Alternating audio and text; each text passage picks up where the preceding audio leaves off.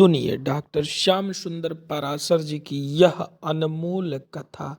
आज की इस प्रथम दिवसीय कथा के द्वितीय भाग में भक्तों आप लोग ईश्वरत्व का हमें आभास कैसे होता है और ईश्वरत्व से हमें सहायता कहाँ कहाँ मिलती है और किस प्रकार हम ईश्वरत्व से सहायता ले सकते हैं, इन सभी तथ्यों का ज्ञान आज की इस कथा में आप लोग सुनेंगे। भक्तों प्रेम से बोलिए श्री राधे राधे। मामला था इसलिए कृष्ण नाम पड़ा, कृष्ण द्वैपायन ये नाम था। पर वेदों का इन्होंने बहुत विस्तार किया इसलिए नाम पड़ गया वेद व्यास। मूल नाम है द्वैपायन, कृष्ण द्वैपायन। इन्होंने दिव्य दृष्टि से देखा कि अब द्वापर के बाद कलयुग आ रहा है और कलयुग में लोगों की बुद्धि बहुत कमजोर हो जाएगी, तो उनका कल्याण कैसे होगा। तो व्यास जी ने एक वेद के 4 विभाग कर दिए, ऋग्वेद, यजुर्वेद, सामवेद और अथर्ववेद। पर वेदों की भाषा जटिल है, लोग समझ नहीं पाते, इसलिए उन्होंने पंचम वेद महाभारत लिखा। महाभारत में सारा वैदिक ज्ञान भर दिया, फिर भी मन प्रसन्न नहीं हुआ, तो पुराणों की रचना करी, एक एक करके 17 पुराण लिख डाले। इतने पर भी मन को शांति नहीं, तो सिर पकड़ के बैठ गए, अब क्या करें। कल्याण की भावना थी तो सिर पकड़ के बैठे बैठे सोच रहे थे क्या करूं। इतने में नारद जी आ गए। नारद जी ने जब टोका, अरे पराशर जी महाराज बड़े परेशान नजर आ रहे हो, क्या बात हो गई, ऐसे मुंह लटकाए क्यों बैठे हो। क्योंकि पराशर ऋषि के मूल ऋषि हैं पराशर, उनके पुत्र हैं व्यास जी, इसलिए व्यास जी का नाम है पाराशर। पराशरस्य पत्यम पुमान पाराशर। तो नारद जी ने टोका, पाराशर्य महाभाग भवतः कच्चिदात्मना परितुष्यति शारीर आत्मा मानसे भवा। आपका मन थोड़ा प्रसन्न नजर नहीं आ रहा व्यास जी, क्या बात है। तब व्यास जी ने कहा, देवर्षि मैंने जीवों के कल्याण की भावना से बहुत ग्रंथ लिखे, पर न जाने क्यों मन प्रसन्न नहीं है। नारद जी बोले, तो हम बताते कारण, बताओ महाराज। नारद जी बोले, व्यास जी महाराज ग्रंथ आपने बहुत लिखे हैं, पर किसी भी ग्रंथ में प्रभु के गुण नहीं गाए। ऐसा करो, ऐसा मत करो, ऐसा विधि निषेध की बातें बहुत हैं, पर जब तक प्रभु के गुणानुवाद नहीं गाओगे तब तक चैन नहीं पाओगे। क्योंकि जो बड़े बड़े सिद्ध संत संसार के विधि निषेध से ऊपर उठे हुए हैं, वो तो भगवान के गुण गणों की गंगा में गोता लगाते हैं। नारद जी कहते तो मुझको ही देख लो, मैं पूर्व जन्म में दासी पुत्र था, पर मेरी माँ साधु सेवा बहुत करती थी, तो माँ के साथ मैं भी चला जाता था। साधु सेवा करते करते, संतों का शीत प्रसाद पाते पाते बुद्धि मेरी शुद्ध हो गई, और उन संतों के आशीर्वाद का चमत्कार है, जब मेरा शरीर प्रलय काल में छूटा तो इस कल्प में मैं ब्रह्मा का बेटा बन के पैदा हो गया। और संतों के संस्कार ने मुझे भगवान का दीवाना प्रेमी बना दिया, और मेरे प्रेम को देखकर प्रभु ने अपने कर कमलों से ये वीणा मुझे दे दी, और कहा, पुत्र इसी वीणा पर मेरे नामों का संकीर्तन करते हुए तुम जगत में मेरा नाम का प्रचार प्रसार करो, जीवों के कल्याण का मार्ग प्रशस्त करो। नारद जी कहते हैं, जब से प्रभु के गुण गाने चालू किए, तब से ये दासी पुत्र नारद आज जगत पूज्य नारद हो गया। मानव हो चाहे दानव हो, चाहे दैत्य हो चाहे राक्षस हो, नारद बाबा की सब जगह पूजा होती है। नारद जी कहते हैं, ये मेरी पूजा नहीं है, मेरे प्रभु के नाम का चमत्कार है। किसे? नारद को जगत पूज्य नारद बना दिया भगवान के नाम के प्रभाव ने। इसलिए व्यास जी आप भी प्रभु का गुण गाओ, फिर देखो चमत्कार। और यूं कह के नारद जी चले गए। व्यास जी को तुरंत अपनी कमी समझ में आ गई। ब्रह्म नद्याम सरस्वत्याम आश्रमः पश्चिमे तटे सम्याप्रास इति प्रोक्त ऋषीणाम सत्रवर्धन। सम्याप्रास माने बद्रीनाथ में माना गांव है, बद्रीनाथ से थोड़ा ऊपर, भारत सीमा का अंतिम गांव है। उसमें है व्यास गुफा। जो बद्रीनाथ गए होंगे उन्होंने व्यास गुफा के दर्शन किए होंगे।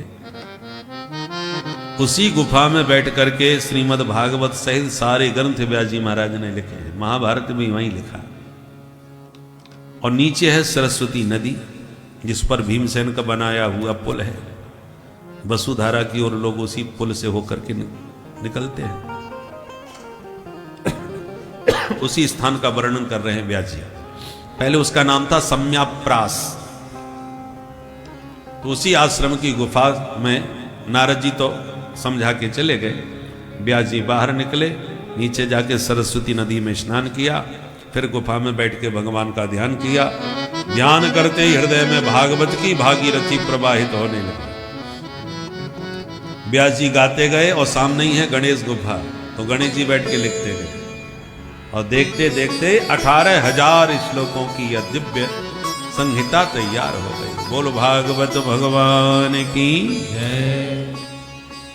अब व्यास जी ने विचार किया, इतना सुंदर ग्रंथ सबसे पहले कैसे सुनाऊं? तो तुरंत याद आ गया अपना बेटा, तो पैदा होते ही भाग गया था, परमहंस सुखदेव। उससे बढ़िया दूसरा कोई अधिकारी नहीं हो सकता इस ग्रंथ का। और भागवत को पारमहंस संहिता कहा गया है। और परमहंस शिरोमणि सुखदेव जी, तो पहले उनको सुनाया जाए।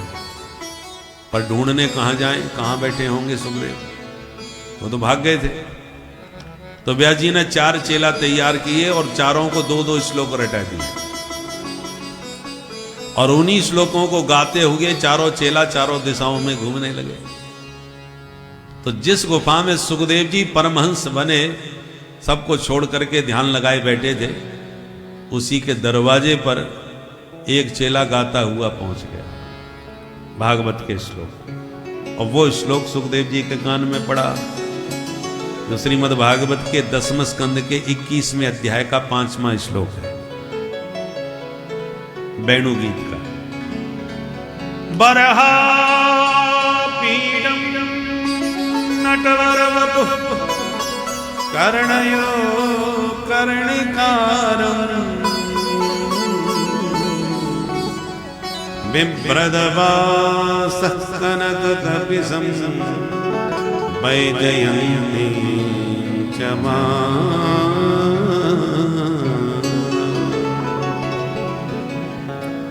रंध्राण वेणु रधर सुधया पूरयन्तोपवृन्दै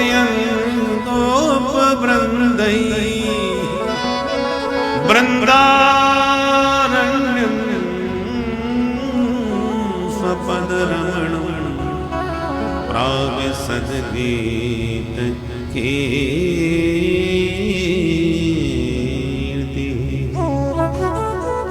इस श्लोक का भाव है कि मोर पंख का मुकुट धारण करके मुरलीधर माधव गैया चराते, बंसी बजाते, ग्वालों से घिरे पीतांबर फहराते वृंदा विपिन में प्रवेश पा रहे हैं। जो श्लोक सुनते ही मुरली वाले की छवि सुखदेव जी के हृदय में उतर गई और मन में बड़ा आकर्षण हुआ। ये मोर मुकुट बंसी वाले का तो दर्शन करना चाहिए, इससे तो मिलना चाहिए, बड़ा प्यारा है भाई। पर जैसी उठ के मिलने की भावना से आगे बढ़े तो मन में विचार बदला, है तो बड़ा सुंदर छेल छबीला, पर इतना सुंदर है तो नखरे भी ज्यादा होंगे। हम पागलों की तरह उसके दीवाने बन के दौड़ के जाएं और वो सीधे मुंह हमसे मिलना ही पसंद ना करे, बात ही ना करे, तो हम तो ना इधर के रहेंगे ना उधर के। इसलिए हमको किसी के चक्कर में नहीं पड़ना, बैठ के अपना ब्रह्म चिंतन करना है। मन को समझा के दोबारा ध्यान लगाए। पर ध्यान लगाते ही तुरंत बंसी वाला ध्यान में आके खड़ा हो गया। अब ब्रह्म का ध्यान न लगे, ब्रह्म चिंतन न हो गए, कृष्ण चिंतन हो गए। और तब तक दूसरा श्लोक कान में आया। पहले श्लोक में स्वरूप का वर्णन था, रूप माधुरी, तो दूसरे श्लोक में स्वभाव का वर्णन था। वो बंसी वाले का स्वभाव कैसा है। दूसरा श्लोक कान में पड़ा, अहो बकीयम स्तन कालकूटम, अहो बकीयम स्तन कालकूटम, जिघांसया पाय यदाप्यसाध्वी, जिघांसया पाय यदाप्यसाध्वी,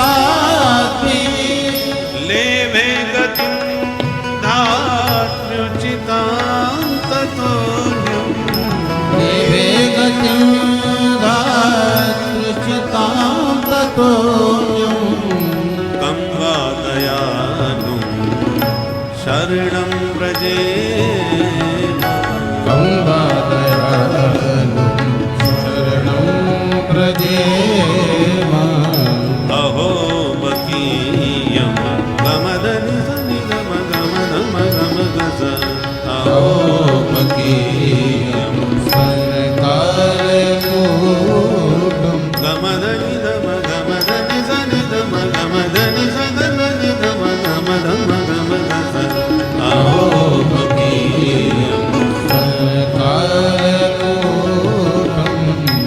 जिघांसया पाय यदाप्यसाध्वी, जिघांसया पाय यदाप्यसाध्वी,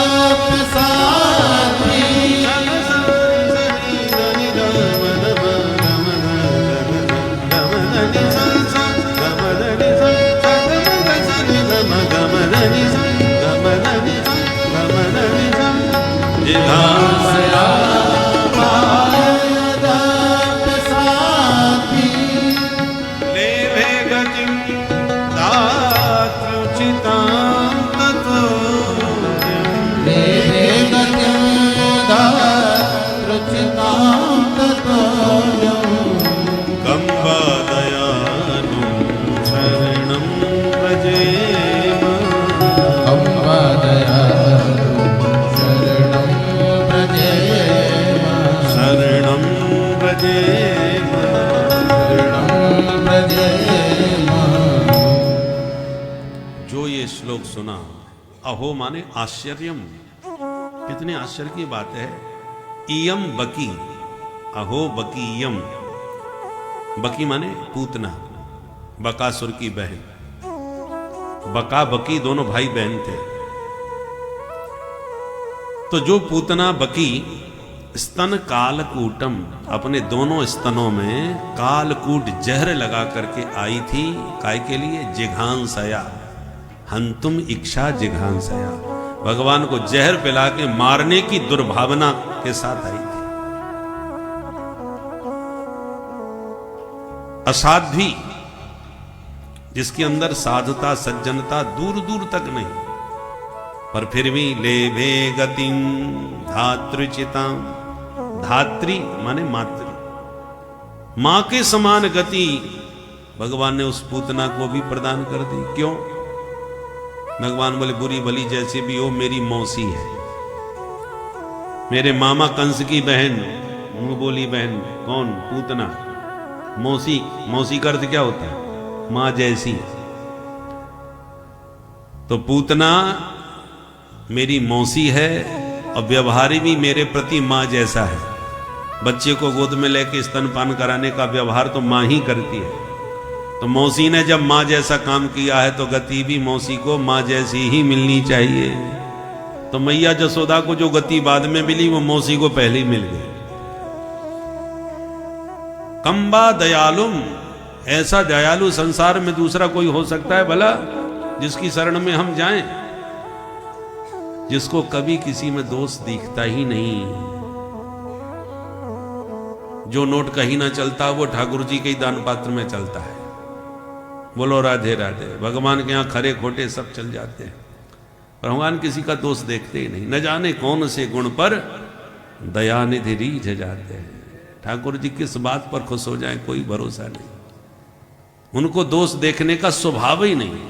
जन अब गुण प्रभु मान न काहू, जन अब गुण, अब गुण देखते ही नहीं। क्यों? दीन बंधु अति मृदुल स्वभाव दीनबंधु अति मृदुल स्वभाव दीनबंधु अति मृदुल स्वभाव दीनबंधु अति मृदुल स्वभाव जन अवगुण प्रभुमान जन अवगुण प्रभुमान अवगुण प्रभुमान अवगुण प्रभुमान। भगवान किसी का अवगुण नहीं देखते। जो सुखदेव जी ने सुना कि वो मोर मुकुट बंसी वाला देखने का ही सुंदर नहीं है, स्वभाव और भी गजब का सुंदर है, तो तुरंत भागे भागे गुफा से बाहर आ गए। भैया बड़े प्यारे प्यारे श्लोक गाए, यार एक दो और सुना दो, बड़ा अच्छा लगा। चेला ने हाथ जोड़ लिए कि गुरुजी ने हमें दो ही सिखाए थे भैया, हमने तुम्हें दोनों सुना दिए, अब ज्यादा सुनने का मन है तो चलो हमारे गुरुजी के पास, ले चल भाई।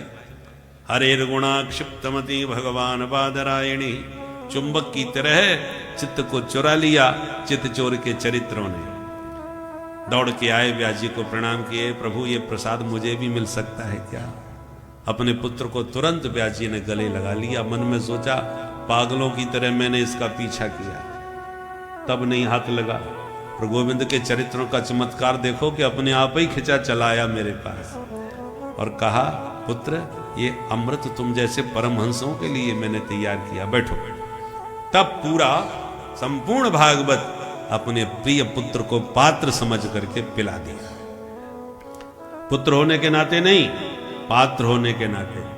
परमहंसों की संहिता के लिए सुखदेव जी जैसा परमहंस व पात्र और कौन होगा। और फिर समय पा करके सुखदेव जी ने जो व्यास जी से सुना वो आकर के राजा परीक्षित को सुनाया गंगा के तट पर। और सुखदेव जी से जब भागवत सुनी परीक्षित के निमित्त, तो जिसने सुनी वही दीवाना हो गया। इसमें और अधिक चमत्कार हो गया। देखो, दो कढ़ाई की बनी हुई मिठाई बड़ी रसीली होती है। मिठाई तो कई प्रकार की होती है, पर रसीली वही होती है जो दो कढ़ाई में तैयार होती है। एक कढ़ाई में सिकती है, दूसरी कढ़ाई चाशनी की जो होती है उसमें कुछ दिन तक पड़ी रहती है, तब रस भरी वो मिठाई तैयार होती है। चाहे रसगुल्ला हो, चाहे इमरती हो, चाहे जलेबी हो, पहले सिकती है फिर कढ़ाई में गिरती है चाशनी की, तब वो रसीली बनती है। उसी प्रकार भागवत की इस जलेबी को व्यास जी ने बना के तैयार किया, सेक करके कंप्लीट किया। पर सुखदेव जी जैसे सरस परमहंस के हृदय में कुछ दिन तक यह पड़ी रही और फिर सुखदेव जी के माध्यम से परीक्षित को निमित्त बना करके परोसी गई। तो इसको जिसने पाया वही इस रसिक कथा का परम दीवाना होता चला गया। पुराण तो 18 हैं, पर श्रीमद् भागवत की बात ही कुछ और है। सबसे ज्यादा प्रसिद्धि इसी को मिली क्योंकि सुखदेव जी और व्यास जी के द्वारा तैयार की गई अद्भुत मिठाई। सोनक जी ने प्रश्न कर दिया कि जो गोदोहन काल से ज्यादा टिकने वाले नहीं, वो परीक्षित के सामने 7 दिन तक कैसे बैठे रहे? और परीक्षित जो चक्रवर्ती सम्राट थे, उन्होंने 7 दिन की फुर्सत कैसे निकाल ली? छोटा मोटा अधिकारी भी 7 दिन तक फुर्सत में नहीं बैठ सकता कथा सुनने के लिए, तो सम्राट कैसे बैठ गए? तब फिर सूत जी परीक्षित का परिचय दे रहे हैं। परीक्षित कौन है? यदाम्रधे कौरव सृंजयानां वीरे स्वथो वीर गतेषु ब्रकोदरा विद्ध गदाभिमर्श भगनोरुदंडे धृतराष्ट्रपुत्रे।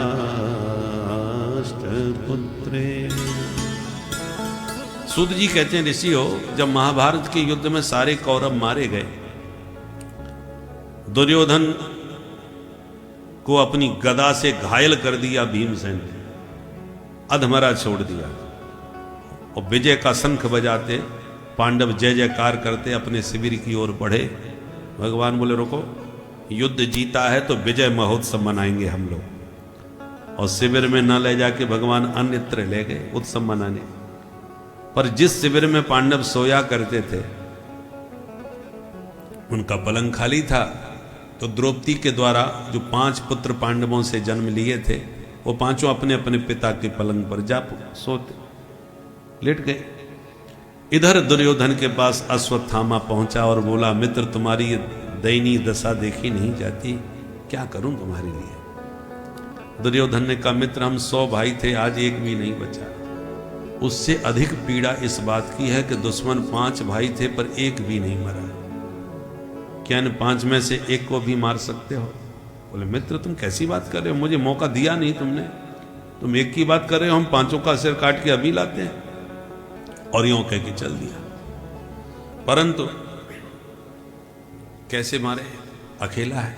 तो आधी रात में इसने काकउलूकन न्याय से हमला किया, और जब सब गहरी नींद में सो रहे थे तब 5 पांडवों के पुत्रों को ही पांडव समझ लिया और 5 का सिर काट करके ले आया। दुर्योधन से बोला, मित्र एक सिर मांगा था, देखो 5 का सिर ले आया। सुन के बड़ा खुश हुआ दुर्योधन, पर विश्वास नहीं होगा ये 5 को अकेला कैसे मार सकते, जरा दिखाओ। और ध्यान से देखा तो पहचान गया और बोला, अभागे ये पांडव नहीं, पांडव पुत्र हैं, इन बच्चों से मेरा क्या बैर था, इनको मार के तो तूने हमारे वंश में पानी देने वाला भी नहीं छोड़ा। दुखी होके दुर्योधन चल बसा, और अश्वत्थामा अब भयभीत होके वहां से भागा कि अर्जुन मेरे को अब जिंदा नहीं छोड़ेगा। प्रातः होने पर द्रौपदी को जब पता चला बच्चों के निधन का समाचार, तो छाती पीट पीट के विलाप करने लगी। अर्जुन ने यह द्रौपदी का करुण क्रंदन सुना तो गांडीव उठा के प्रण किया, देवी द्रौपदी दुखी मत होना, मैं वचन देता हूं तुम्हें, हमारे बच्चों का यह हाल जिसने भी किया है वो मेरे हाथ से नहीं बचेगा। और दौड़ करके गोविंद के रथ में बैठकर अश्वत्थामा का पीछा किया और भागते अश्वत्थामा को पकड़ लिया, रस्सियों में जकड़ लिया, घसीट के ले जाने लगे।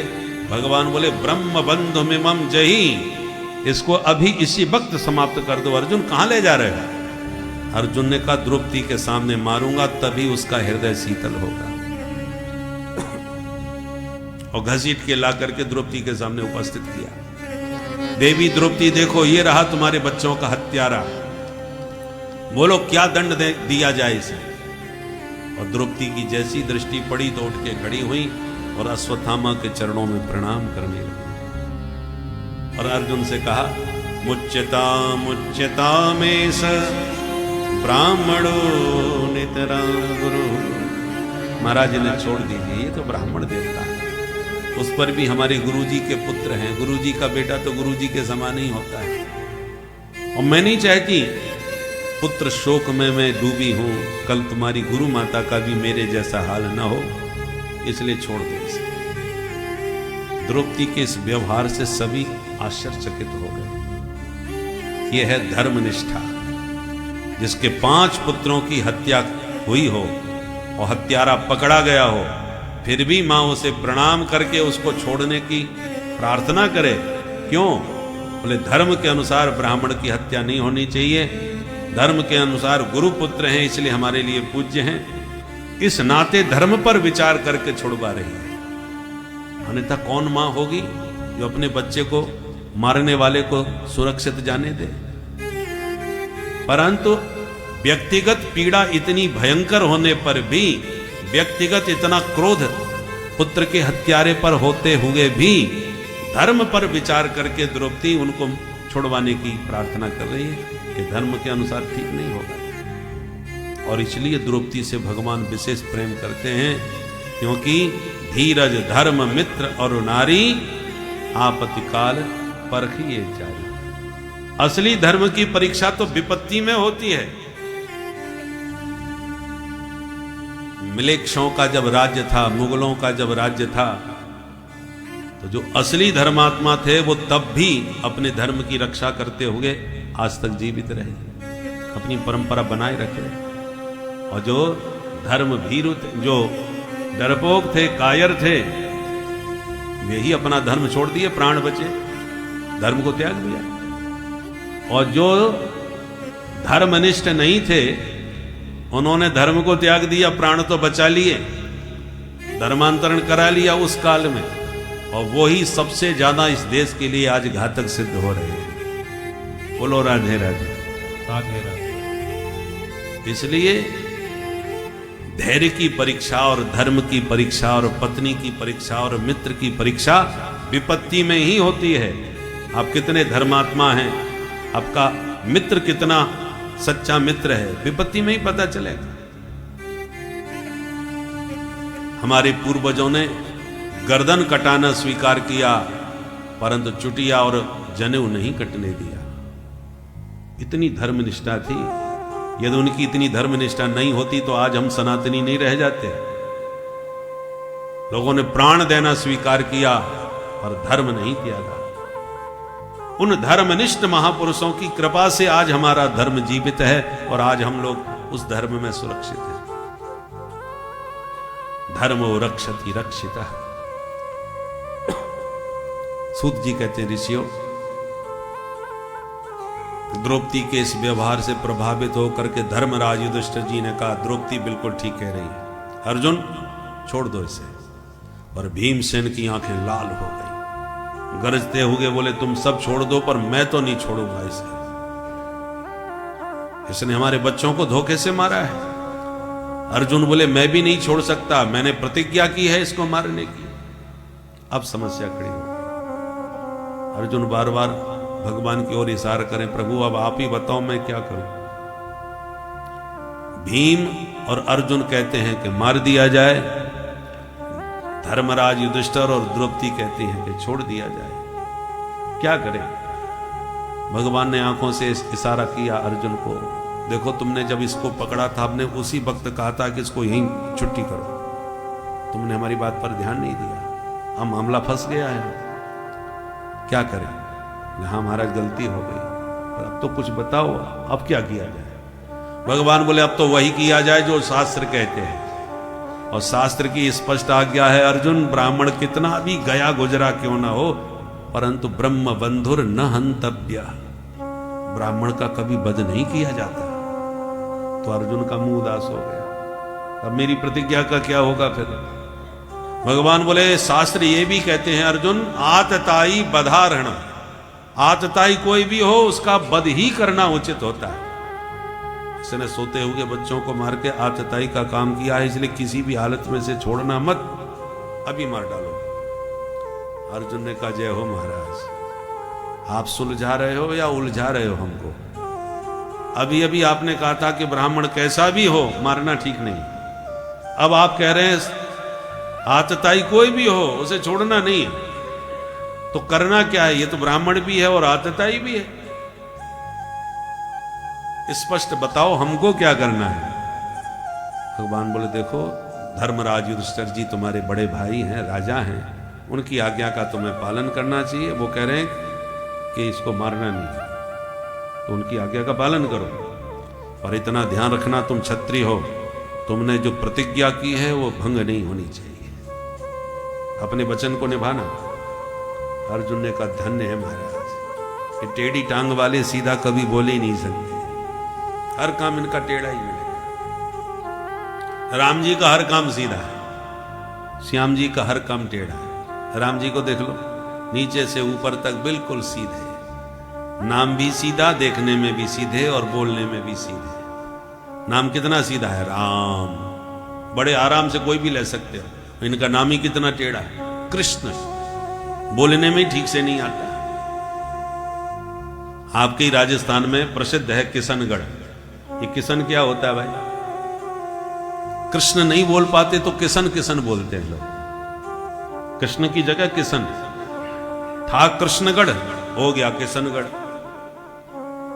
तो नाम इतना टेढ़ा जो बोलने में ना आवे और देखने में भी। महाराज राम जी को देख लो, नीचे से ऊपर बिल्कुल सीधे, और इनको देख लो, चरण टेढ़े, कमर टेढ़ी, चितवन टेढ़ी, गर्दन टेढ़ी, मुकुट भी टेढ़ा, नीचे से ऊपर तक जलेबी की तरह टेढ़े मेढ़े ही रहते हैं, हर काम टेढ़ा। और बोलते भी हैं तो कितना टेढ़ा बोलते हैं। राम जी का बिल्कुल वाक्य सीधा सीधा।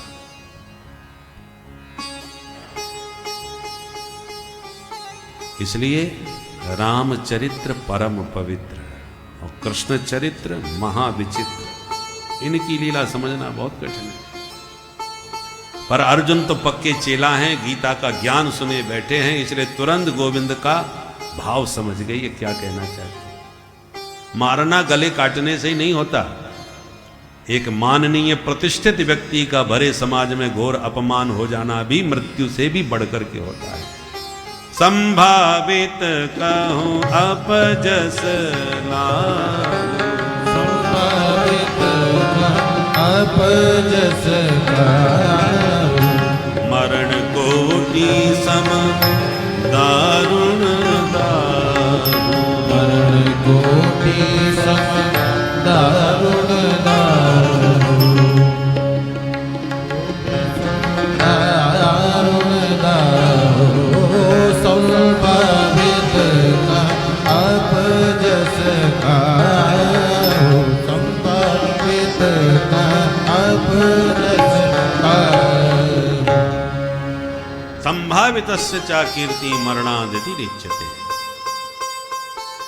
तुरंत अर्जुन समझ गए कि प्रभु क्या कहना चाहते हैं। अश्वत्थामा के सिर से चमकती हुई मणि को निकाल धक्का मार के अश्वत्थामा को वहां से भगा दिया। तो ये घोर अपमान मौत से भी बढ़कर के था अश्वत्थामा के लिए। उसने भी ठान ली कि इस अपमान का बदला जरूर लूंगा। भगवान इधर पांडवों से विदा मांगने लगे, भैया अब तुम अपना साम्राज्य संभालो, हम चले अपनी द्वारिका। न चाहते हुए भी पांडवों ने प्रभु को विदा किया। सबसे विदा लेकर भगवान जैसी जाने के लिए रथ पर कदम रखे कि पांडवों के भवन से चीखने की पुकार सुनाई पड़ी। पाहे पाहे महायोगिन देव देव जगतपते, नान्यम त्वदभयम पश्ये यत्र मृत्यु परस्परम। पाहि माम केशव पाहि माम, हे द्वारकानाथ रक्षा करो। भगवान तुरंत समझ गए अश्वत्थामा ने पांडवों का वंश नष्ट करने के लिए उत्तरा के गर्भ पर ब्रह्मास्त्र का प्रयोग कर दिया। भगवान ने तुरंत अंगूठे के बराबर रूप बना करके उत्तरा के गर्भ में प्रवेश किया। ब्रह्मास्त्र को शांत करके गर्भ में बैठे परीक्षित की भगवान ने रक्षा करी। भारत की माताओं ने अपने गर्भ में ध्रुव और प्रहलाद को धारण करके जन्म दिया। भारत की माताओं ने साक्षात परमात्मा को गर्भ में धारण करके राम और कृष्ण के रूप में उन्हें जन्म दिया। किसी माँ ने भक्त को गर्भ में रखा, किसी ने भगवान को, पर यह सौभाग्य केवल उत्तरा को प्राप्त हुआ कि भक्त और भगवान दोनों एक साथ उसके गर्भ में विराजमान हुए। परीक्षित जैसे भक्त उनके गर्भ में थे ही, उनकी रक्षा करने के लिए भगवान भी आज गर्भ में पहुंच गए और परीक्षित की रक्षा करके भगवान पुनः प्रकट हुए। उत्तरा तो कुछ बोल नहीं पाई, भाव में कंठ अवरुद्ध हो गया, परंतु कुंती बुआ ने हाथ जोड़ के भगवान के चरण पकड़ लिए। भगवान हाथ पकड़ के बोले, बुआ जी ये उल्टी गंगा मत बहाओ, मैं आपका भतीजा हूं, प्रणाम तो मुझे करना चाहिए। तब बुआ बोली, प्रभु थोड़ी देर के लिए मौन हो जाओ, बोलो मत। क्यों? बोले, जब जब आपकी भगवत्ता मुझे समझ में आ जाती है कि आप साक्षात भगवान हो, तभी आप बड़े प्यार से बुआ जी, मुझसे इतने प्यार से बुआ बोलते हो कि मुझे फिर भतीजा ही भतीजा दिखने लगता है और भगवत्ता भूल जाती है। इसलिए बोलो मत, मेरे को मन की बात आज कहने दो। मेरा प्रणाम भतीजे के चरणों में नहीं है। तो नमस्ते पुरुषं पाद्यम ईश्वरं प्रकृते परम, अलक्षं सर्वभूतानां अंतर बहिरवस्थितम्, कृष्णाय वासुदेवाय देवकी नंदनाय च नंदगोपकुमाराय गोविंदाय नमो नमः। पूरे 26 श्लोकों में स्तुति गाई है कुंती बुआ ने। आद्यम आद्यम पुरुषम त्वाम नमस्ये, हे आदि पुरुष श्री हरि, आपके चरणों में मेरा प्रणाम है। सबके भीतर बाहर कण कण में सर्वत्र रहते हुए भी अलक्षम, किसी को दिखाई नहीं पड़ते, क्योंकि माया के पर्दे में आपने अपने आप को छुपा के रखा है। जब रीझ जाते हो तो माया का पर्दा हटा देते हो, जब खींच जाते हो तो माया का पर्दा गिरा देते हो। इसलिए हे प्रभु, बड़े बड़े सिद्ध संत आपको समझ नहीं सकते, तो एक साधारण स्त्री मैं आपको क्या समझ पाऊंगी। मैं तो इतना समझ पाई कि मेरे भैया वसुदेव के आप लाला हो, देवकी के पुत्र बने और नंद गोप कुमार बन के ब्रज में खेले, बस इतने से ज्यादा मैं आपको नहीं समझ सकता। पर इतना समझ गई मेरे ऊपर कृपा आपकी भरपूर है। देवकी आपकी मां है और मैं आपकी बुआ। वैसे तो बच्चों को मां ज्यादा प्यारी होती है, बुआ दूसरे नंबर पर आती है, परंतु मैं अपने जीवन में जब देखती हूं कि मैं भले ही आपकी बुआ हूं, तो आपका प्रेम देवकी के प्रति ज्यादा होना चाहिए, वो आपकी मां है। पर मेरे ऊपर आपका विशेष प्रेम मुझे दिखाई पड़ा। कैसे? बोले आपकी देवकी के 6 बच्चे कंस ने मार दिए, आपने नहीं बचाए, और आपकी बुआ के 5 बच्चे थे, पर 5 में से एक को भी आंच नहीं आने दी। आपने मेरे सारे बच्चे सुरक्षित रखे, जो आपकी कृपा से सुरक्षित रखे। इसलिए मैं जानती हूं कि मेरे ऊपर आपकी विशेष कृपा तो है। अब आप हमसे विदा लेके अपने घर जा रहे हो, तो रोक तो नहीं सकती, और जाने से पहले कुछ मांग सकती हो। मांगो बुआ, क्या चाहिए? बोले विपदः सन्तु नः सस्वत तत्र तत्र जगद्गुरु। हे जगद्गुरु द्वारकानाथ श्री कृष्ण, आज आपसे एक ही वरदान मांगती हूं कि मैंने जीवन में जो बड़े बड़े संकट उठाए हैं, बड़ी बड़ी विपत्ति उठाई है, तो जब तक मैं जीवित रहूं तब तक ये विपत्तियां सदा मेरे सिर पर आती रहें, बनी रहें, बस यही दीजिए। भगवान हाथ जोड़ के बोले बुआ, ऐसा भी कोई वरदान मांगता है क्या? लोग सत्यनारायण की कथा भी घर में बचवाते हैं तो हमसे मांगते हैं सुख संपत्ति घर आवे, कष्ट मिटे। तो सब कष्ट को मिटा के सुख संपत्ति मांगते हैं, और आपने जीवन भर कष्ट उठाया, फिर भी कष्ट ही मांग रही हो। इस विपत्ति से आपको क्या मिलेगा बुआ? तो बुआ कहती है भवतो दर्शनम यत् स्यात् अपुनर्भव दर्शनम। हे प्यारे गोविंद, मैंने जीवन में अनुभव किया है, विपत्ति में ही मुझे आपके दर्शन होते हैं। जब जब संकट पड़ा आपको याद किया और आप भागे चले आए, और जब संकट नहीं रहा तो आप भी हमारे पास नहीं रहे, तो बुआ से राम राम करके भाग गए। तो यदि आपके सानिध्य का कारण संकट ही है, विपत्ति ही है, तो मैं चाहूंगी कि सदा विपत्ति बनी रहे, ताकि आप मेरे पास बने रहो, आपको मुझसे विदा लेने का अवसर ही न मिले। भगवान बोले बुआ ऐसी बात है तो सारे कार्यक्रम स्थगित, मैं कहीं नहीं जा रहा, आपके पास ही रहूंगा। और जो बिल्कुल तैयार थे, भगवान ने तुरंत यात्रा को रोक दिया और सारे कार्यक्रम स्थगित करके बुआ का हाथ पकड़ के उनके महलों में प्रविष्ट हो गए।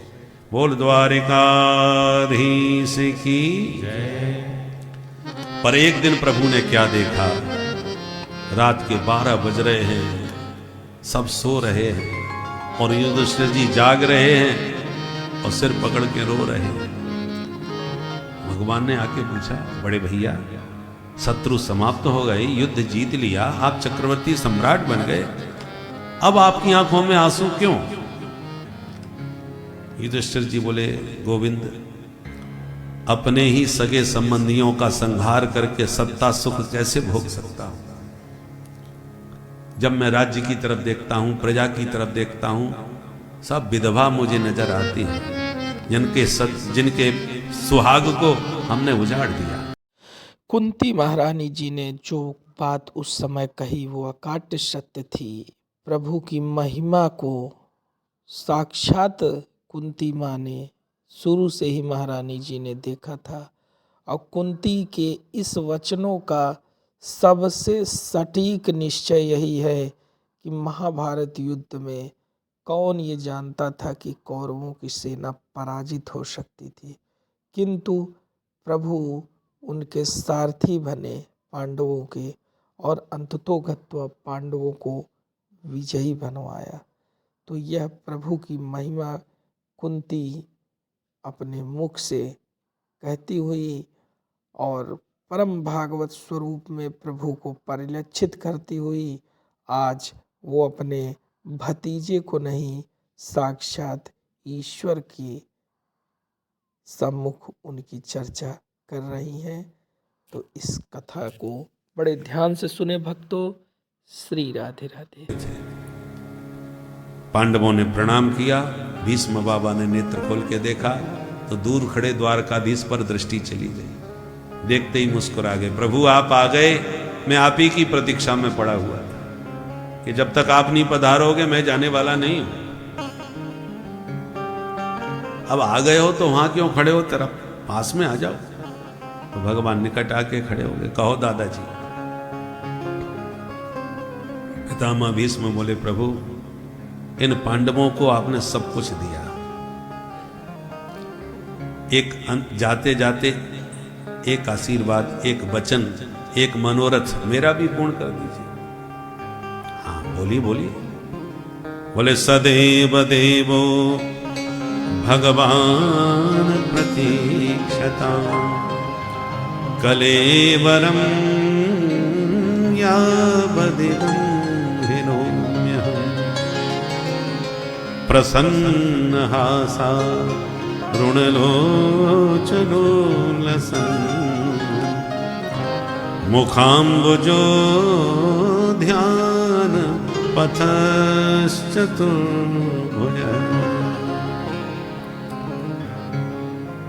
हे मनमोहन, यावत अहम इदम कलेवरम न हिनोमि, जब तक इस कलेवर को, शरीर को मैं संसार में त्याग कर और संसार को और शरीर को त्याग कर मैं संसार से विदा न हो जाऊं, तावत भवान प्रतीक्षता, तब तक आप ऐसी खड़े खड़े मेरी प्रतीक्षा करना।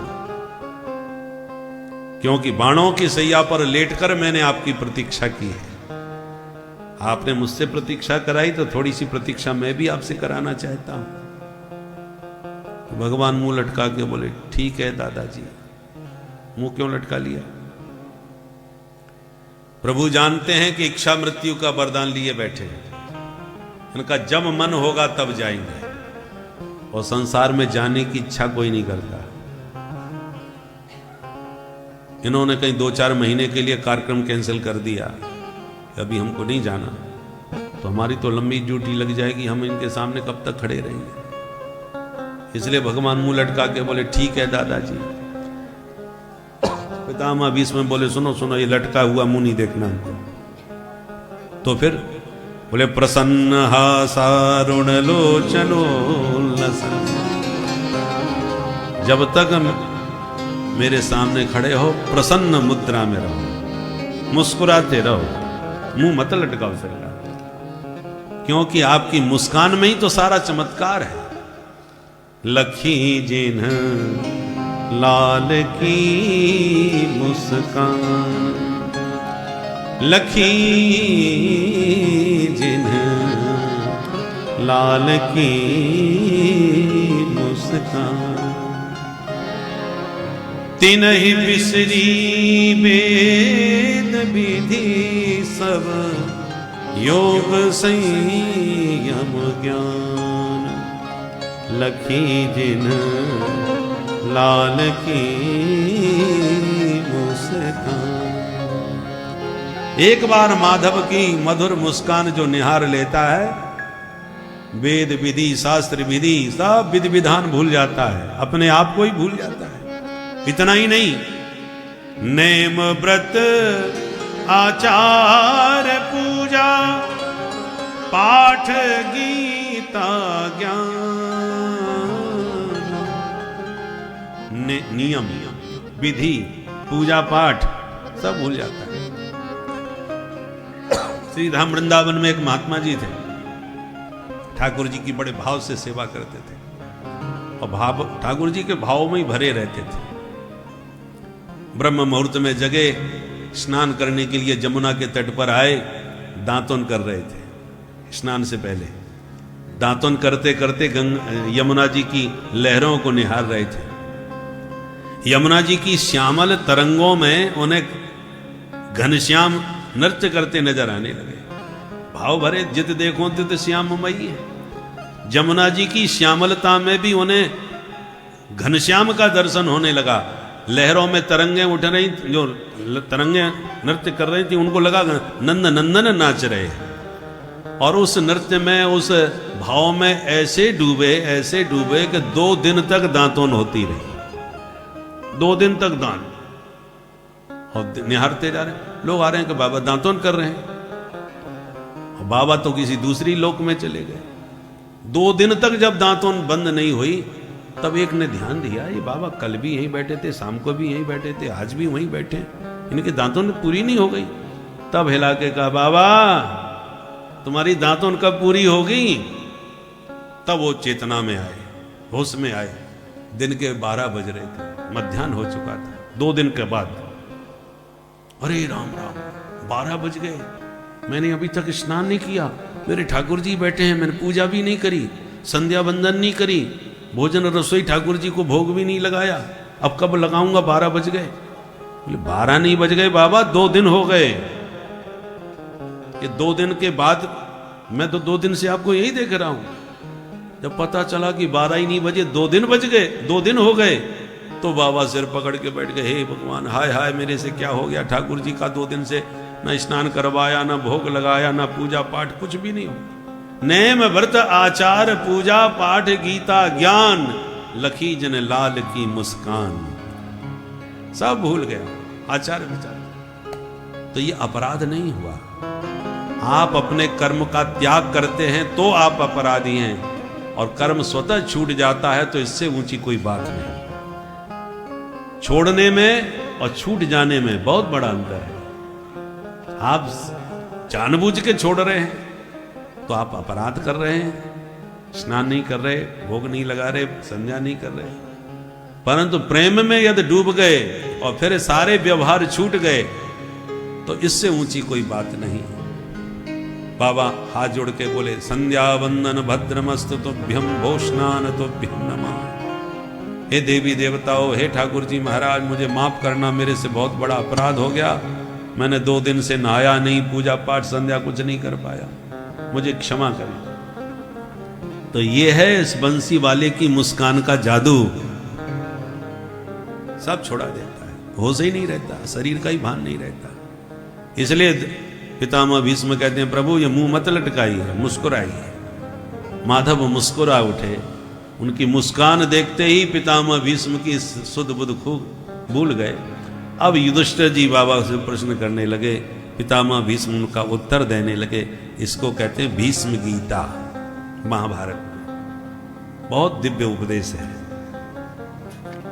दान धर्म, राज धर्म, मोक्ष धर्म, स्त्री धर्म, भगवत धर्म, सनातन धर्म के समस्त मर्म समझा दिए। छात्र धर्म का जब ठीक से ज्ञान हुआ तो युधिष्ठिर जी का भी शोक समाप्त हो गया।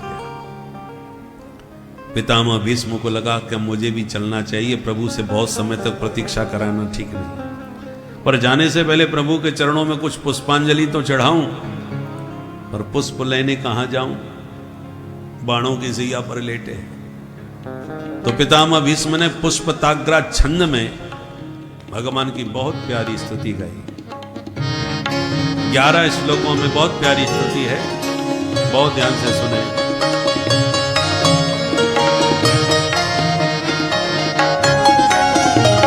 इतिमति रूप कल्पिता वितृष्णा भगवती सात्वत पुंगवे विभूनि स्वसुख मुपगते क्वचित् विहरतुं प्रकृति मुपेयुषि भव प्रभा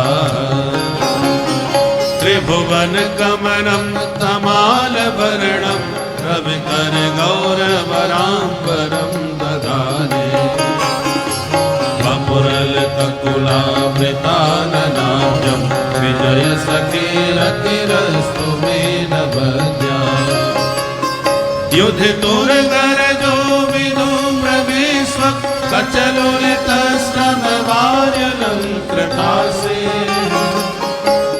निशित निवेद्यमान वचमिल सत्कवचे सुकृष्ण आत्मा सपदि सचिव जोनि संग मध्य निज परयोर बलयोरथं निवेश्य स्थितमति पर सैनिकायुरक्षण प्रणमत पार्थ सखे रतिर्ममांसु। बोलो भक्त वत्सल भगवान की जय। इस प्रकार ये 11 श्लोकों में बहुत प्यारी स्तुति है, परंतु शुभारंभ अथ शब्द से होना चाहिए और इति शब्द पर विराम किया जाता है, और पितामह भीष्म इति से शुभारंभ कर रहे हैं। इति मति रूप कल्पिता वितृष्णा, इति का शुभारंभ में प्रयोग क्यों किया? पितामह भीष्म कह रहे हैं कि प्रभु अब मैं जो बोल रहा हूं ये मेरे अंतिम वाक्य हैं, इन शब्दों की बस इति, अब आगे कुछ नहीं बोलना।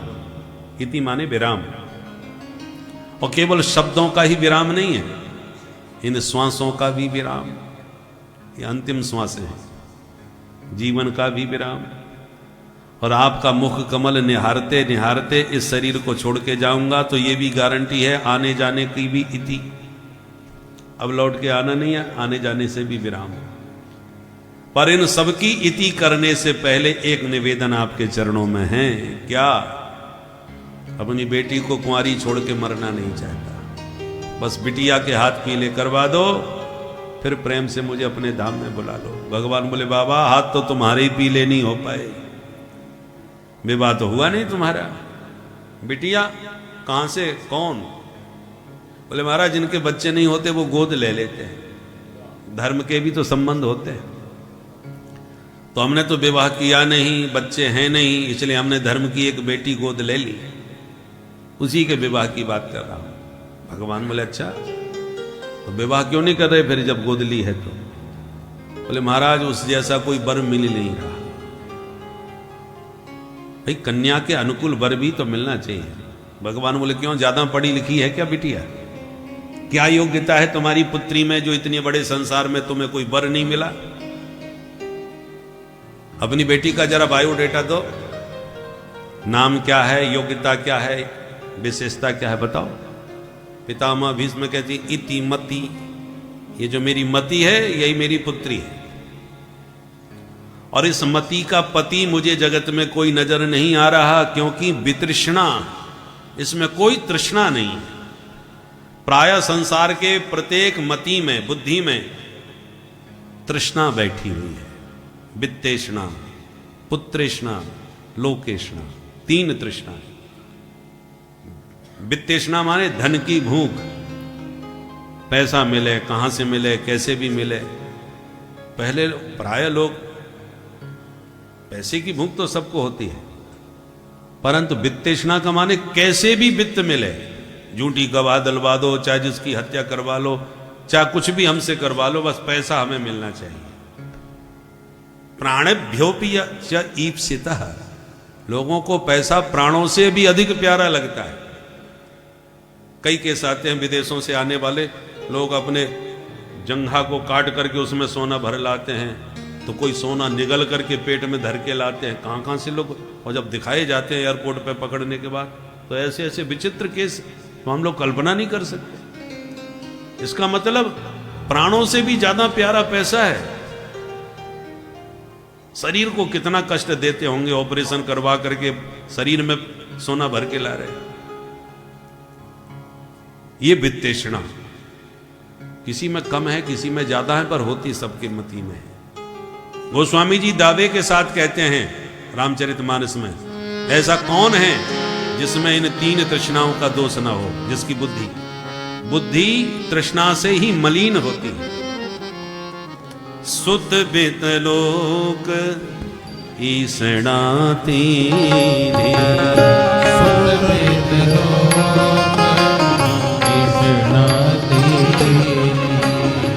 सुत बितलोक ईसणाती सुत बितलोक ईसणाती केहि के मति इन्ह कृत न मलीन।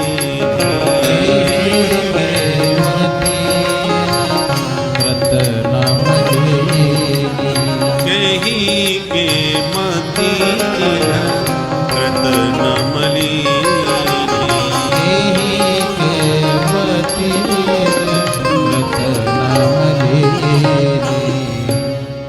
किसकी बुद्धि इन तृष्णाओं ने मैली नहीं की। पर पितामह भीष्म कहते मैं मति वितृष्णा, मेरी मति में कोई तृष्णा नहीं है, न वित्तेष्णा, न पुत्रेष्णा, न लोकेष्णा। इसलिए मेरी मति परम पवित्र और निर्मल है। तो इसका पति भी तो वैसा होना चाहिए। भगवान बोले तो अब क्या विचार है ये बताओ। बोले यही विचार है कि आप ही मेरी मति को अपनी श्रीमती बना लो।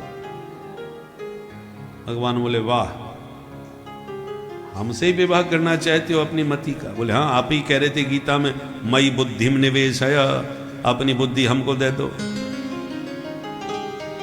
तो महाराज आप कहते निर्मल मन जन सो मोहि पावा, तो मेरी बुद्धि भी निर्मल है, मन भी निर्मल है, और ऐसे निर्मल मति के पति आप ही बनने योग्य हैं। तो मेरी मति आपकी बन जाए श्रीमती, आप बन जाएं इसके पति, आपके चरणों में दिन रात करने लगेगी ये रति, और मुझे भी मिल जाएगी फिर सदगति। अपनी पुत्री का आपसे पाणी ग्रहण करा करके मैं भी निश्चिंत होकर के संसार से विदा हो सकूंगा। इसलिए ये मेरी अंतिम इच्छा आप पूरी कर दो। बड़ी प्यारी स्तुति पितामह भीष्म ने गाई और गाते गाते महारास का चिंतन करने लगे। ललित गति विलास बल गुहास, प्रणय निरीक्षण कल्प तोरुमाना। प्यारे गोविंद, संसार में ऐसा कौन है जो आपका दीवाना न हो जाए। आपके अंग अंग में, एक एक क्रिया में अद्भुत आकर्षण है, इसलिए आपका नाम कृष्ण है। कृष्ण का मतलब करसती, जो सबको अपनी तरफ आकर्षित करे। ललित गति से, गति माने गमन, चाल। आप चलते ही इतनी गजब की चाल में हैं कि चाल से ही निहाल हो जाते हैं। मतवारी या की चाल मेरो नंद जी को लाल। और चाल से कोई बच गया तो बलगो हास, तो थोड़ा उसकी तरफ देख करके हंस देते हो। और हंस करके आपको जिसने हंसते हुए देखा वो आपकी हंसी पर ही पागल हो जाता है। कदाचित कोई उससे भी बच गया तो प्रणय निरीक्षण, तो अपनी तिरछी चितवन से उसको निहारने लगते हो और अपने नेत्रों की तिरछी चितवन से ही उसको पागल कर देते हो। चितवन में तो चमत्कार है, न जाने आपकी आंखों में क्या जादू है कि जिस जादूगर जब अपनी जादू की पिटारी खोलता है तो सबको आकर्षित कर लेता है, सबको बांध लेता है। ऐसी प्यारे आपके नेत्र जो है ना, ये जादू की पिटारी है, जिसकी तरफ खुल गए उसी को पागल कर दिया। इसलिए रसिकों ने गाया है, अरे जादू भरी तेरी आंखें जिधर गई, जादू भरी तेरी आंखें जिधर गई, जादू भरी तेरी आंखें जिधर गई। नैनों की कटारी बारी बारी छुई हुई छतियां से उतर गई। नैनों की कटारी बारी बारी छुई हुई छतियां से उतर गई। जादू भरी तेरी आंखें जिधर गई, जादू भरी तेरी आंखें जिधर गई, जादू भरी तेरी आंखें जिधर गई। प्रेम की लरी हरी दृग दो, प्रेम की लरी हरी दृग दोनों, प्रेम की लरी हरी दृग दो, प्रेम की लरी हरी दृग दोनों, प्रेम की लरी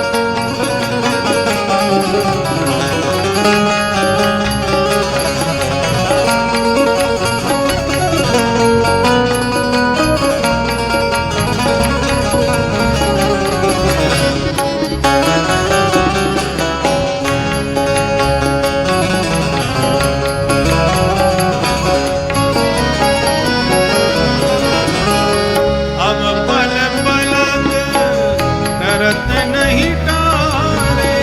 अब पल पल तरत नहीं टारे, तरत नहीं टारे, तरत नहीं टारे। अब पल पलक तरत नहीं टारे। अब पल पलक तरत नहीं टारे। जिसकी आंखें चार हो जाती हैं वो पलक डालना गिराना भूल जाता है, और गलती से पलक गिर गए तो लगता है जैसे प्राण निकल गए। गोपी गीत में गोपियां कहती हैं त्रुटिर योगायते त्वाम अपश्यताम। ब्रह्मा जी को गालियां देती हैं कि इस मूर्ख विधाता ने आंखों में पलकें क्यों बना दी जो प्यारे के दर्शन में बार बार पर्दा डाल देते। अब पल पलक करत नहीं टारे। अब पल पलक तरत नहीं टारे। छिन छोरत जनु, छिन छोरत जनु जान निकर गई।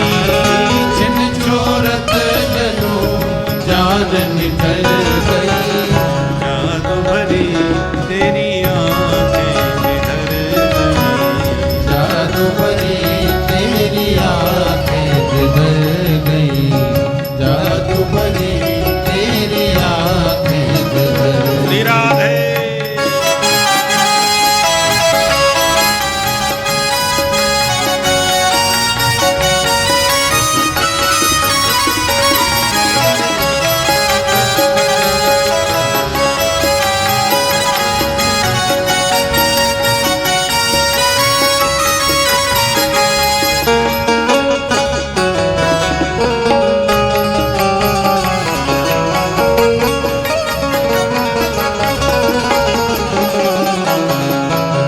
नैनों की कटारी बारी बारी पलकन मारी। नैनों की कटारी वारी वारी पलकन बारी बारी पलकन। वारी वारी पलकन वारी। देखो, एक तो होती है तलवार जो मार ही डालती है, एक होती है कटारी तलवार की छोटी बहन। वो मारती नहीं है पर घायल इतना कर देती है कि न मरने में न जीने में भयंकर घायल कर देती है। बहुत खतरनाक होती है। व्यक्ति मर जाए तो प्राण निकल गए, दर्द खत्म, पर जो प्राण भी ना ले और जीवित न रहने दे वो अधमरा हालत बहुत भयंकर होती है। तो गोविंद के जो नयन कटारी हैं ये उसी जीव भक्तों को ऐसे ही घायल कर देते। दुनिया के मतलब का रहता नहीं, प्यारे उसे मिलते नहीं, तो बेचारा जीवन भर छटपटाता रहता है घायल बना। जैसे भक्तिमती मीरा हो गया। तमाम डॉक्टर वैद्य हकीम बुलाए गए पर बीमारी समझ में ही नहीं आवे बीमारी है क्या, और मीरा दर्द से करा रही है। तेरी मैं तो प्रेम दीवानी मारो दर्द न जाने को। तेरी मैं तो प्रेम दीवानी मारो दर्द न जाने को। तेरी मैं तो प्रेम दीवानी मारो दर्द न जाने को। तेरी मैं तो प्रेम दीवानी मारो दर्द न जाने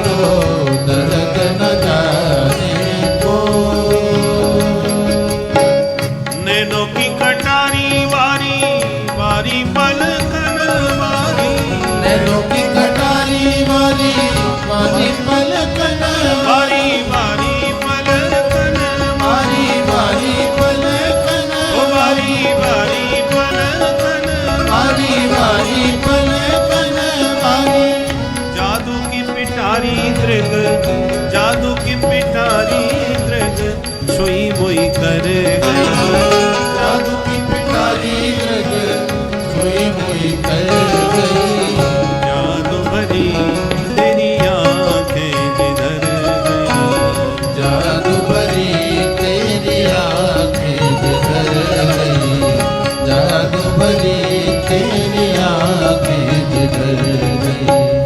निरख छटा घन घोर घटा भावना की उमड़ गई।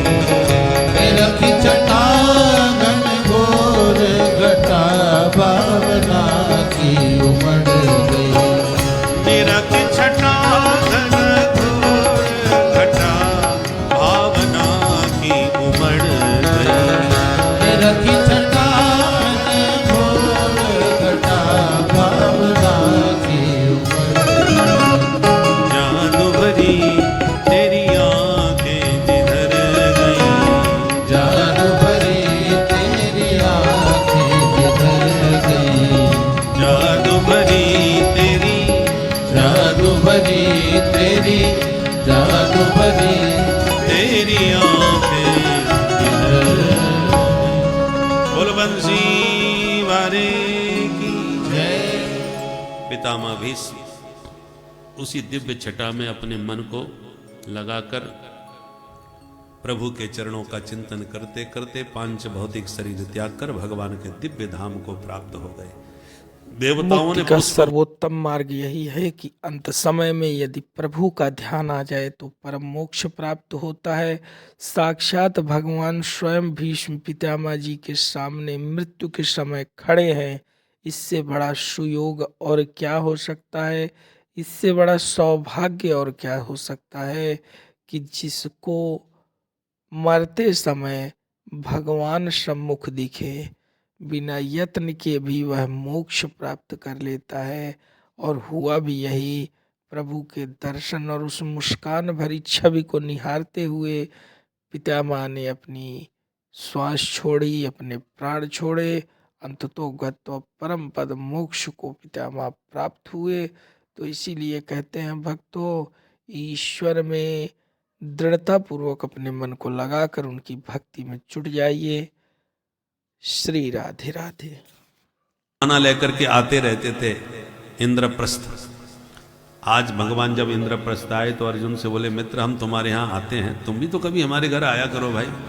तो बड़े भाई से आज्ञा लेकर के अर्जुन भगवान के साथ ही द्वारका चले और ऐसे गए कि 7 महीने तक घर नहीं लौटे। युधिष्ठिर जी को चिंता हुई, भीमसेन से चर्चा करने लगे। गता सप्ताधुना मासा भीमसेन तवानुज, नायाति कस्य हेतुर नाहम वेदेदमन्यसा। 7 महीने बीत गए, अभी तक हमारा अर्जुन आया क्यों नहीं भाई? इतने दिन कोई बाहर कैसे रह सकता है? चर्चा कर ही रहे थे कि अर्जुन आ गए। आते हुए अर्जुन की हालत देख करके और ज्यादा घबरा गए। एकदम कांतिहीन मुख है, धनुष कंधे से गिर गिर पड़ रहा है। हजारों प्रश्न कर डाले, अर्जुन ये तुम्हारी क्या हालत हो गई? ऐसा कौन सा महापाप तुमसे हो गया जो तुम्हारी कांति समाप्त हो गई? शक्तिहीन दिखाई पड़ रहे हो। द्वारका में सब राजी खुशी तो है ना? सुनते ही अर्जुन चरणों में गिर पड़े और यदुवंश के संहार का पूरा प्रसंग सुना दिया और कहा, भैया हम लोग अनाथ हो गए, हमारे द्वारका नाथ भी हम सबको अनाथ करके परम धाम चले गए, स्वधाम गमन कर गए। इतना सुनते ही कुंती बुआ ने तुरंत भगवान के चरणों का ध्यान लगाकर एक पल में अपना शरीर त्याग दिया। पांडवों ने कहा, प्रभु के बिना इस धरती पर हम भी जीवित नहीं रह सकते। अपने पौत्र परीक्षित को सिंहासन पर अभिषेक किया और 5 भाई द्रौपदी को साथ में लेकर हिमालय की यात्रा पर निकल गए और एक एक करके शरीर त्यागते हुए स्वर्गारोहण को प्राप्त हो गए। छोटी सी उम्र में परीक्षित ने सत्ता का साम्राज्य संभाला। एक दिन परीक्षित वेश बदल के यह देखने निकले कि प्रजा में कैसी स्थिति चल रही है। तो जहां भी गए वहां पूर्वजों की प्रशंसा सुनने को मिली, पर एक स्थान पर क्या देखा कि एक गाय और बछड़े को एक दुष्ट व्यक्ति बहुत बुरी तरह मारता पीटता ले जा रहा है। मारते मारते बछड़े के 3 पैर ही तोड़ डाले। जो यह दृश्य देखा, क्रोध में भरे परीक्षित ने तुरंत अपनी तलवार निकाली और दुष्ट को दंड देने के लिए दौड़ते हुए बोले, मारोदी रम भद्रम ते खलानाम मई शास्त्री। गौ माता बिल्कुल मत रोइए, इन दुष्ट दुरात्माओं को दंड देने के लिए परीक्षित आ गया है। जिन गायों की रक्षा के लिए भगवान गोलोक धाम छोड़ के धरा धाम पर आए, उनके स्वधाम जाते उनकी गायों पर अत्याचार होने लग गए। जैसी तलवार निकाली उस दुष्ट को मारने के लिए, वह तुरंत अपना मुकुट उतार के चरणों में गिर गया। त्राहिमाम त्राहिमाम, मेरी रक्षा करो महाराज। अब क्षत्रिय का धर्म है, जो शरण में आ जाए वो उसे मारते नहीं, तो छोड़ दिया। पर गौ माता से पूछा, मां आप बताओ आप कौन हो? आप सामान्य गाय दिखाई नहीं पड़ती। तो गाय कुछ बोली नहीं। बछड़े से कहा, भगवान आप बताओ, आपके तो 3 पैर टूट गए, ये दशा तुम्हारी किसने की? तो बछड़ा बोल पड़ा, महाराज हम अपनी दुर्दशा का दोष किसे दें? धर्मशास्त्र तो कहते हैं कोई किसी को सुख दुख नहीं देता भैया, सब अपने अपने कर्मों का फल भोगते हैं। वे शास्त्र ये भी कहते हैं कि उस ईश्वर की इच्छा बिना पत्ता भी नहीं हिलता, वो जो चाहते हैं सो ही होता है संसार में। तो आप बोलिए मैं अपनी दुर्दशा का दोष किसे मानूं, किसे दोष दूं? परीक्षित बोले, आपकी भाषा ने आपका परिचय दे दिया, आपने किसी की निंदा एक शब्द में भी नहीं की, लगता है आप साक्षात धर्म है। धर्म के 4 चरण होते हैं, सत्य तप दया शौच। आज धर्म केवल सत्य के ऊपर टिका हुआ है, बाकी तो 3 खंडित हो गए। मैंने आपको पहचान लिया, आप धर्म हैं, तो ये गौ माता निश्चित रूप से धरा है, धरती माता। पर धरा और धर्म के पीछे ये धूर्त कौन पड़ा है, ये हमको समझ में नहीं आ रहा। तो पूछा, भाई तुम कौन हो? तो हाथ जोड़ के बोला, महाराज मेरा नाम है कलियुग। महाराज परीक्षित बोले, दुष्ट कहीं के, बिना वीजा पासपोर्ट के हमारे देश में कैसे घुस आया? निकल बाहर।